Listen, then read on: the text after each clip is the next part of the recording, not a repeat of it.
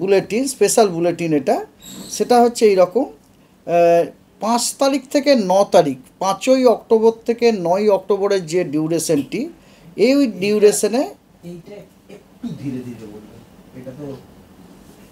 October থেকে 9ই October পর্যন্ত এই যে ডিউরেশনটি, এই সময় দক্ষিণবঙ্গের সমস্ত জেলাগুলিতেই হালকা এবং মাঝারি বৃষ্টিপাত হওয়ার সম্ভাবনা আছে অনেক জায়গাতে, এবং তার সাথে সাথে বজ্রবিদ্যুৎ হওয়ারও সম্ভাবনা আছে।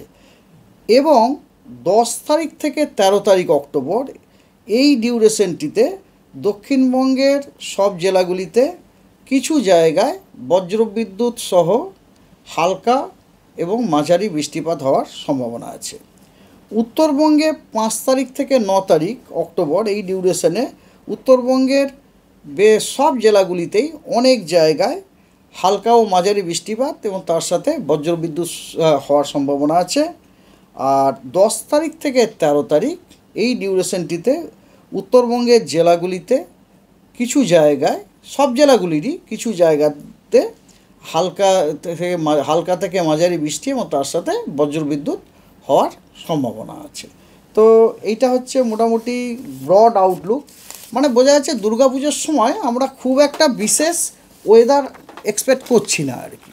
মানে এই যে রেন যেটুকু আপনারা শুনলেন, এই রেনটা মানে খুব একটা হাই ইম্প্যাক্ট রেন নয় আর কি, হালকা মাঝারি। দুর্গাপুজোর সময় প্রতি বছরই হয়ে থাকে, কারণ এই সময়টাই ওই রকম।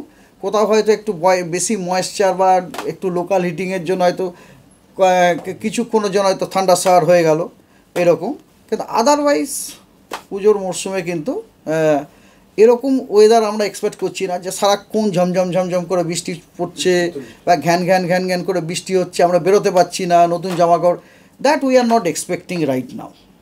Thank you. কোনো ওয়ার্নিংও নেই। 5 তারিখ থেকে 9 তারিখ অবধি উত্তরবঙ্গের ফোরকাস্টটা আরেকবার